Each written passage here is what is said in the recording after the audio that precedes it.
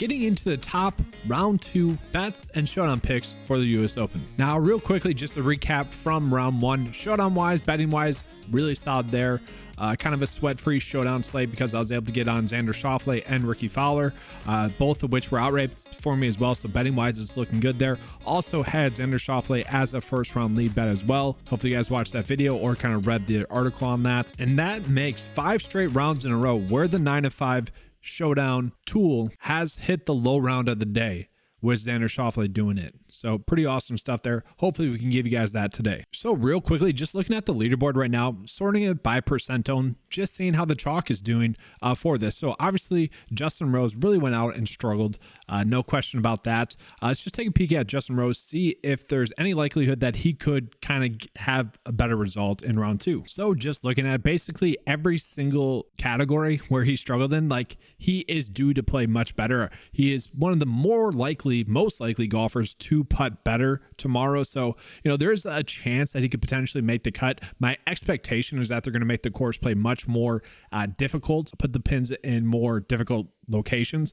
And I will say, a lot of people were upset with how the course played today. I'm like, no, this is exactly how a course should play. You reward players for hitting fairways and hitting greens and being able to make long putts. Like that is what golf is supposed to be. And you penalize golfers for not doing that. That's exactly how it should play. The course played exactly how I expected it to. So I really enjoyed round 1, but I do expect it to play much more difficult. But at the same time, someone like Justin Rose, if it plays more difficult, what does he need to do to make the cut? Probably shoot 3 under par, I would imagine. Tough to exactly say what that number is, but he is expected to play better. But then just looking at kind of the rest of the chalk, Scotty did well. Ricky did well, Xander did well. Pretty unfortunate they were both chalk, but they're both very obvious ones. And guys, this is where the slate gets extremely tilting because Rose, there's no way you would not have ended up on Justin Rose. It's just the correct play, and I think Ricky explains that perfectly why Justin Rose was the correct play, right? But then from there, what gets annoying is that Adam Scott, you could have either went Bryson or Wyndham Clark, who were similar plays, or you could have paid down for Siwoo Kim, who was also a very strong play. That's where it gets a little annoying there. So very tilting in the sense that to the outright and core plays, Ricky Fowler and Xander, or just plays you're going out of your way to play, are winning, and then to just very big disappointments. But from there, it's got some sweats. Tommy Fleetwood came in surprisingly chalk. Okay, so that was interesting there. Cam Smith came in a little bit higher owned, 2% higher owned than expected as well. So interesting stuff there. Just a quick peek at the model, see how that's doing. Just sorting it by score, and we can see most of the players that are doing well were expected to play well for the most part. There's 1, 2, 3 big surprises, and then some people could have found a path to playing Brian Harmon or Sam Bennett given their prices. That's not too egregious there. All right, so now let's go ahead and take a peek at which golfers are going to be the golfers that are most likely to putt better. So we see Tommy Fleetwood, who was someone that was chalk, did not putt well. Justin Rose, Terrell Hatton, Jason Day, Matt Kuchar, Tagala, even Denny McCarthy, Justin Suh. So a lot of big names there. Hideki, I saw him miss so many easy putts. Those are going to be names that we're looking at as well. I know a lot of people like to default to putting as kind of a baseline for which showdown plays we should be on. I'm going to show you guys a little bit better kind of way to go about doing that here in a second, but it is good to note. Let's flip that around. So golfers that putted much better than their baseline, we got Nick Hardy, Rory. So some people might be on Rory a lot more than they should be potentially. We'll see. Did make a nice bomb putt on 18 as well. That's probably going to make him worse right now. Have him at 16 holes because I'm recording this a little bit easier. Just saw him make that bomb putt on 18 to save bogey. But then maybe Cameron Young, Scotty Scheffler putted much better than expected. He'll probably be pretty chalky, I would assume. So if you want to be on him, it may be a little bit risky. Ricky, obviously, I wouldn't say that he putted way better than expected. He's a good putter on the season, so I wouldn't go too crazy with that. He still is a good putter. He's a good putter on the season. Let's not go crazy with that. Yeah, there's no too big takeaways. It's not like we're going to be fading these players too much. So now let's just take a peek at which golfers are most likely to play worse than they did in round 1. So we sort by round 2 because we're going into round 2.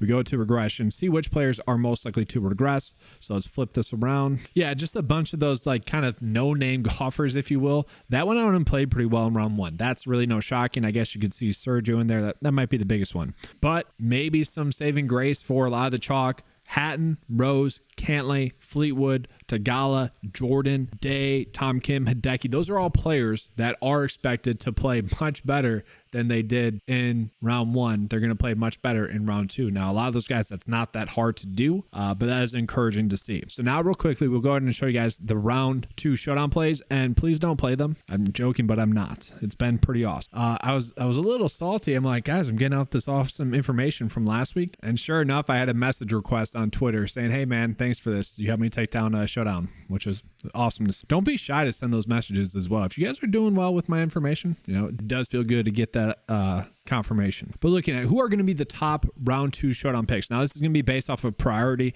how you want to be prioritizing these players. Okay, so we got Hatton, Morikawa, Cantlay, Rahm, Fleetwood, Fitzpatrick, Hideki, Scotty, Jordan. Okay, so what I want to do here, and this might change a little bit because some of the players aren't finished with their rounds just yet. Could adjust it slightly, just so you know. But because the rounds aren't done yet, I'm actually going to sort it by late tee times, because it'll update after the round to early. So looking at it, who are the players that we should be prioritizing with the late tee time? Sorry, early tee time tomorrow. For this, it's late. Patrick Cantlay makes sense. We already saw Cantlay's someone that is expected to just play better as a whole. Really, the only thing he maybe hit his baseline of was stroke gain off the tee a little bit. But so he's going to be someone we're looking at. Matt Fitzpatrick, if you want to be on him as well, he kind of got it together. At least he was able to score. Hideki, I think I'm fine with. Jordan, I don't know. I don't know if I really want to roll with Jordan. He is someone that, I don't know, he's just a little bit spotty with his driver. And then Rory is still popping up as a good round 2 showdown play. Cam Smith, if you want to be on him as well. Obviously, we're going to be trying to prioritize this in round 2 showdown. Now, one thing I want to call out is, man, I don't want to say I nearly hit the nuts, but it was a tilting day. It was one of the most tilting days in DFS fantasy golf in a while.